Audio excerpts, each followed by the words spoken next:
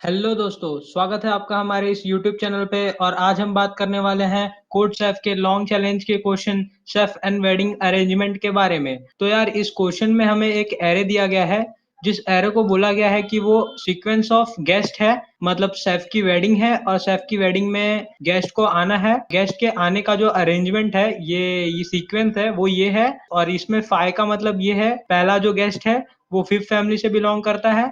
One का मतलब ये है, जो दूसरा गेस्ट है वो सेकंड फैमिली से बिलोंग करता है। और तीसरा जो गेस्ट है वो थर्ड फैमिली से बिलोंग करता है। तो इस क्वेश्चन में हमें कुछ बोला ऐसे गया है कि हमको सारे गेस्ट को टेबल पे बिठाना है। टेबल पे इन द सेंस, एक टेबल है जिसकी लेंथ कितनी भी हो सकती है। उस लेंथ में मतलब उस टेबल पे कितने जन को भी हम बिठा सकते हैं। लेकिन उसमें कुछ कंडीशन है कि टेबल का कुछ कॉस्ट है, जिस कॉस्ट को के बोला गया है।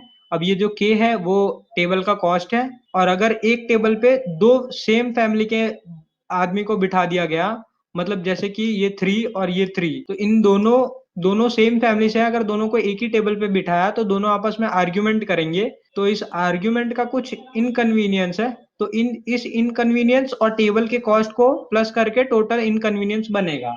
तो इस क्वेश्चन का आंसर कुछ ऐसा है कि हम फाइव, वन और थ्री को एक टेबल पे बिठा सकते हैं। ये तीनों को एक टेबल पे कर दें। और फिर ये जो थ्री और थ्री है, इन दोनों को या तो मैं इसको अलग टेबल और इसको अलग टेबल दे दूं, तो इन तीनों का आंसर हो जाएगा थ्री। मतलब तीनों एक टेबल, दो टेबल और तीन टेबल, टोटल थ्री हो जाएगा। और सेकंड केस एक और देख लेते हैं, one four two four four. तो इन तीनों को अब हम लोग एक टेबल पे बिठाएंगे। उसके बाद इस फोर और इस फोर को अलग टेबल पे अगर बिठाएंगे यहाँ पे, तो उन टेबल का कॉस्ट 14 हो जाएगा, तो ज्यादा हो जाएगा। हमको मिनिमम ये रखना है, कॉस्ट रखना है, इनकन्वीनियंसी जिसको बोला गया है। तो इन दोनों को एक ही टेबल दे दूं तो मेरा टोटल कॉस्ट हो जाएगा 14 इस टेबल के लिए। और कितने आर्ग्यूमेंट होंगे, वन टू थ्री आर्ग्यूमेंट होंगे, तो टोटल मेरा हो जाएगा 14 plus three is equal to 17। तो 17 मेरा हो जाएगा इधर का कॉस्ट। तो एक और एग्जांपल देख लेते हैं, 354 और 51। तो इसमें देखो, 354 में टोटली यूनिक एलिमेंट आते हैं जिसकी लेंथ 3 है, तो अपन इसको रख सकते हैं। और फिर उसके बाद अगर 5 और 2 को मैं अलग से टेबल दूं तो इसका भी 2 2 4 ही होगा। और अगर मैं दोनों को एक ही टेबल पे मर्ज करूं तो भी 2 4 ही होगा आंसर। तो ये तो क्वाइट इजी हो गया, ये बहुत ही ज्यादा सिंपल है। तो थोड़ा पहले मेरे एग्जांपल पे देखते हैं। तो यार, मैं पहले आपको ऐसे बताऊंगा कि मैंने कैसे कंप्यूट किया। तो देखते हैं। फिलहाल ये सारे एग्जांपल में आप कंसिडर कीजिए कि k is equal to two है, क्योंकि k is equal to one तो क्वाइट इजी, बहुत ही ज्यादा इजी है सॉल्व करना। तो आप कंसिडर कीजिए कि k is equal to two है। तो अगर k is equal to two है तो ग्रीडी अप्रोच यही बोलता है कि ये तीन को एक टेबल बना दो, क्योंकि तीनों अलग एलिमेंट है, तीनों आपस में आर्ग्यूमेंट नहीं कर रहे। तो एक एक अलग से बना दिया हमने इसके लिए। फिर ये वन वन वन है। तो अब मैं क्या कर सकता हूँ कि इसको मैं एक अलग टेबल दे सकता हूँ, या तो इसको इसी टेबल पे ज्वाइन कर सकता हूँ। तो मैं इसमें क्या करूंगा कि मैंने यहाँ पे ये नोटिस किया कि कभी भी कोई अलग से जो तीन है, इस तीनों को एक अलग टेबल देना कभी भी प्रॉफिटेबल नहीं होगा। क्यों? क्योंकि एक टेबल का कॉस्ट अलग हो जाएगा मेरा टू, टू टेबल का कॉस्ट प्लस थ्री आपस में झगड़ रहे हैं, तो two plus three is equal to five, five तो इधर ही हो जाएगा। उससे अच्छा मैं यही करूं कि इसका टू का कॉस्ट है वन टू थ्री फोर, और ये फोर इस पे झगड़ लूं और सिक्स हो जाना है टोटल मेरा। अब इधर फाइव प्लस टू हो जाता था मेरा सेवन, बट यहाँ पे तो सिक्स ही हुआ। तो इससे मुझे ये समझ में आया कि जो सबसे मैक्स लेंथ है उसको मैं एक टेबल में कंसिडर करूं, और जो बचे हुए हैं उनके लिए कभी टेबल ना असाइन करूं। उनको मैं हमेशा इसमें ही डालूं या किसी आजू बाजू के टेबल में डाल दो। हाँ, लेकिन अभी तक मेरा ये क्लियर नहीं हुआ है कि किस टेबल में डाल दो, आगे वाले में या पीछे वाले में, या कब या कहाँ। तो एक और एग्जांपल देख लेते हैं, ये एग्जैक्टली exactly उसका उल्टा एग्जांपल है। तो यहाँ पे टेबल बन रहा है, लेकिन ये तीनों बाहर है। तो इसमें भी यही केस बनता है कि मैं इसको उठा के इसमें डालूं, मतलब ये तीनों को इसमें डालूं। तो मेरे यहाँ ये इसका टेबल का कॉस्ट टू होएगा, और टू थ्री सिक्स हो जाएगा टोटल। इसका भी आंसर सिक्स होगा। तो अब ये दोनों तो थोड़ा सिंपल सिंपल क्लियरिफिकेशन है। थोड़ा और देखते हैं। अब जैसे ये एग्जांपल देखेंगे तो वन टू थ्री, और फिर ये वन टू थ्री और ये वन टू थ्री बनता है, तीन वन टू थ्री बन गए। अब मुझे कुछ ऐसा अरेंजमेंट करना है कि सबसे ज्यादा टेबल ऐसा बने जो आर्ग्यूमेंट, जिसके अंदर आर्ग्यूमेंट हो ही ना रहा हो। अगर मैं, देखिए, अगर ग्रीडी अप्रोच से मैं अगर एक टेबल को पूरा फिल करने जाऊं कि जब तक इसमें पूरा भरेगा नहीं तब तक मैं दूसरे वाले को नहीं दूंगा, अगर मैं ऐसा करने जाऊं, तो ये जो वन टू थ्री है और ये सारे वन इसमें ही आ जाएंगे, इसमें आ जाएंगे। हाँ, अब ये वन टू थ्री के सारे वन इसमें आ जाएंगे। अब ये टेबल बन गया 1, टेबल 2 और ये बन गया टेबल 3। लेकिन इसमें क्या हो गया कि ये तीनों का आपस में आर्ग्यूमेंट हमने लिया है टोटल सम में, और ये तीनों का भी आर्ग्यूमेंट हमने लिया है टोटल सम में, ठीक है। और ये इसका भी आर्ग्यूमेंट इसमें ही है और इसका भी आर्ग्यूमेंट इसमें ही है। तो हमारा ऐसा हो रहा है कि double point of view waste हो रहा है। और अगर मैं उसके जगह पे कुछ ऐसा बनाता, जैसे कि मैं ये 1 और ये 1 से लेके ये 1 तक मैं सारे को एक ही टेबल में कर दूं, तो यार देखो तुम, एक ये टेबल और एक ये टेबल और एक ये टेबल बन गया। तो इसमें क्या हो गया कि बीच वाले टेबल ने बोला कि सारी आर्गुमेंट मेरे पे ही कर दो, इन दोनों को खाली रखो, मतलब इस पे आर्गुमेंट हो ही ना और इस पे आर्गुमेंट हो ही ना। तो ये बन गया हमारा मीन आंसर कि ये हो जाए, ये जो अगर ऐसा हम टेबल बनाएंगे कि बीच वाला टेबल पे सारे आर्गुमेंट हो रहे हैं, यहाँ पे कुछ नहीं, यहाँ पे कुछ नहीं, तो ही मेरा आंसर करेक्ट आएगा।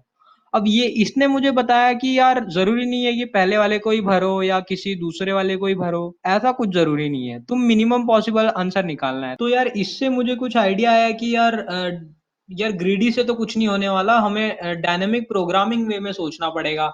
अब अगर डायनेमिक प्रोग्रामिंग वे बोलूं तो मतलब कैसे हुआ। अब जैसे एक और एग्जांपल देख लेते हैं, जैसे ये 1 2 3 यहाँ पे एक टेबल बनेगा, ये 1 2 3 और ये वाला 1 2 3 एक टेबल बनेगा। अब इसमें कैसा है कि ये वाले केस में मजबूरी है ये वाले टेबल की कि यहाँ पे 1 तो लेना ही पड़ेगा, जैसे पिछले वाले में तो यहाँ पे नहीं लिए थे हम लोग, यहाँ पे 1 तो लेना ही पड़ेगा। और फिर इस टेबल की मजबूरी है कि मैं यहाँ पे लास्ट में 1 है तो मुझे 1 लेना ही पड़ेगा, ठीक है।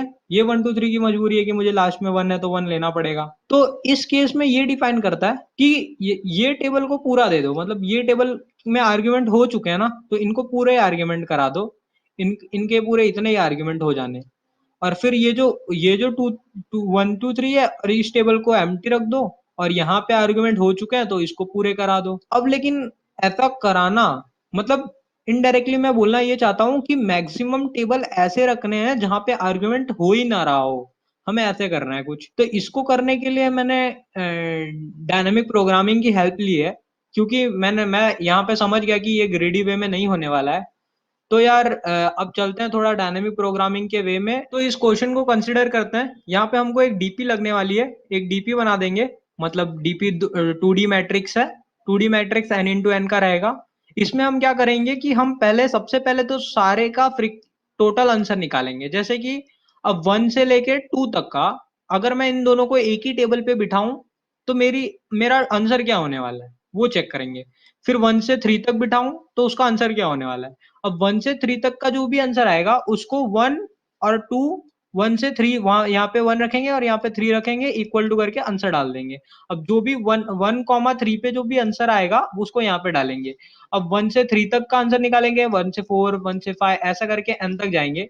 फिर 1 से छोड़ेंगे, फिर 2 से 1, 2 से 3, 2 से 4, 2 से 5, फिर 3 से 2, 3 से 4, 3 से 5, ऐसा करते करते पूरी वैल्यूज को डीपी में वो रख लेंगे। तो यार ये थोड़ा अगर आपको डायरेक्टली नहीं समझ रहा तो ये आपको कोड में समझ जाएगा, तो यार आप कोड जरूर देखना, क्योंकि ये वाला पार्ट तो थोड़ा कोड में ही क्लियर होगा।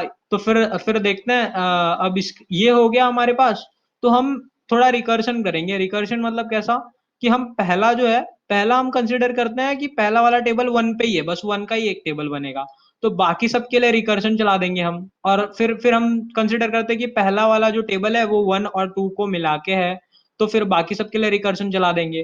फिर हम कंसिडर करेंगे कि पहला वाला 1 3 को मिला के है, पहला वाला 1 4 को, 1 5 को। इन सब में से हम बेस्ट केस निकालेंगे, जो भी बेस्ट केस है वो करेंटली सेटिस्फाइड हो जाएगा और बाकी सबके लिए रिकर्शन चल जाएगा। तो यार अगर ये आपको एग्जैक्टली नहीं समझ रहा है तो ये आपको कोड वॉक थ्रू में समझ जाएगा। तो कोड में हमने दो डीपी लिया हुआ है, एक डीपी नाम से और एक एफमेट नाम से। ये जो एफमेट है वो एक फ्रीक्वेंसी टेबल है, मैट है। दैट मीन्स कि अगर 1 से लेके 5 तक का मैं बोलूं कि एक ही टेबल पे बिठा के वैल्यू क्या आएगी, तो वो यहाँ पे स्टोर किया है हमने। एक तरीके से ये क्वेश्चन के कंस्ट्रेंट भी हिंट दे ही देते हैं कि एन स्क्वायर लगेगा हमें। तो यहाँ पे मैंने एरे ले लिया हुआ है, फिर एरे लेने के बाद यहाँ पे इनिशियलाइज की है डीपी को मैक्स वैल्यू से। ये मैक्स वैल्यू मैंने कंस्ट्रेंट से निकाली है कि इससे ज्यादा तो हो नहीं सकता। एफमेट में हमने -1 इनिशियलाइज कर ली। फिर उसके बाद हमने एक फॉर लूप लगाया है और इस फॉर लूप में मैं एफमेट को भर रहा हूँ उसके टोटल आंसर से। दैट मीन्स कि अगर मैप के अंदर वो ऑलरेडी एक ही बार है तो कुछ नहीं करना है, अगर एक बार से ज़्यादा है, 2 बार है तो सीधा 2 प्लस करो, नहीं तो 1-1 प्लस करते जाओ। इस हिसाब से मैंने आंसर डाल दी है। उसके बाद मैंने मिनपार्ट फंक्शन कॉल किया हुआ है, तो मिनपार्ट फंक्शन में हमने क्या किया है कि हम एवरी एलिमेंट के लिए चेक कर रहे हैं कि सारे एलिमेंट के लिए हम जाएँगे और एक साइड का व्यू हम fmat से निकाल रहे हैं और दूसरे साइड का हम फंक्शन कॉल कर रहे हैं, रिकर्सिव फंक्शन। तो फिर क्या है कि अगर एक साइड का हम खुद से डिसाइड कर रहे हैं और दूसरे साइड का हम रिकर्सिव कॉल कर रहे हैं, फिर उसके बाद हमने यहाँ पे किया है कि if i equal to j, और ये कभी होगा, ये कब होगा, जब जब दोनों ही एक दूसरे से इक्वल हो जाए, दैट मीन्स लास्ट केस होगा जहां पे हमको 0 रिटर्न करना है। और अगर हम ऑलरेडी उसका ये कर चुके हैं डीपी में स्टोर, तो हमको फिर से रिकर्शन नहीं चलाना है, इसलिए यहाँ से रिटर्न कर दिया डीपी से और आंसर डीपी में स्टोर कर दिया। तो यही है हमारा कोड। और गाइज यार thank you for watching this video. और गाइज यार लाइक मारो, शेयर मारो, सब्सक्राइब मारो।